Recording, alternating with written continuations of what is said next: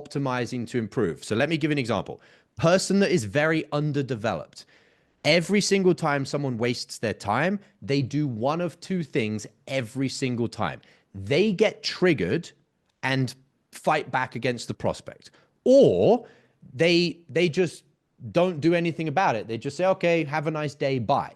So every single time, let's say over a 30-day period, that happened 10 times.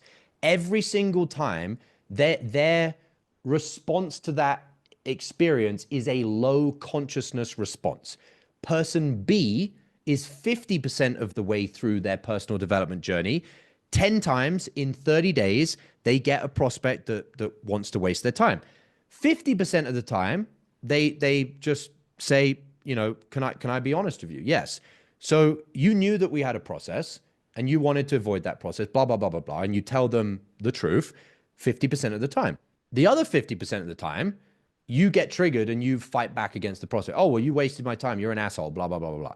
So the difference between person A and person B is that the frequency that they're doing it, and it could also be the intensity, is less often. Then you have someone that's very advanced, which is like, let's call it 80 to 90% of the way spiritually enlightened.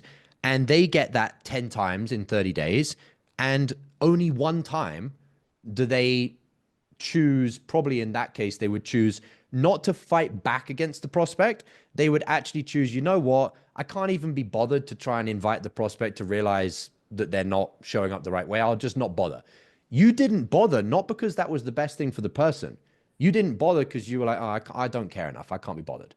And so it's a spectrum. It's how often are you choosing a low consciousness reaction versus a high consciousness reaction. It's not, you know, 0 or 1. It's I'm getting better. I'm improving. It happens less often. It happens to a lower intensity. And that's what you're working on. Does that make sense? It does. I'm finding a duality. So like while it's happening, I still feel that annoyance just in me to a degree, but the Then it's intent, not, okay. then it's not really happening. Because if Yeah. you're doing what's right, but you're still personally triggered, you're doing what's right because you've memorized what's right, not that you are being the person that is doing the right thing. You're doing it from memorization. Oh, Josh told me to do this. Here's the scenario.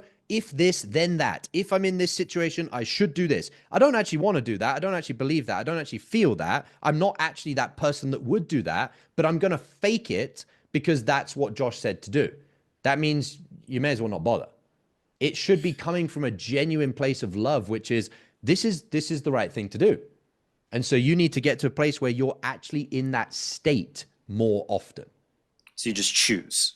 You just choose to be in that state and choose to do this because you know it's the best thing for them and not because you're annoyed.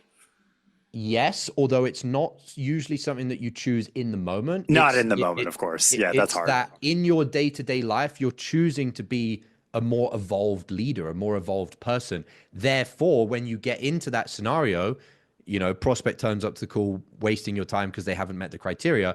You're now more often the type of person that actually just wants to do what's right for other people, regardless Excellent. of whether it's easier for you.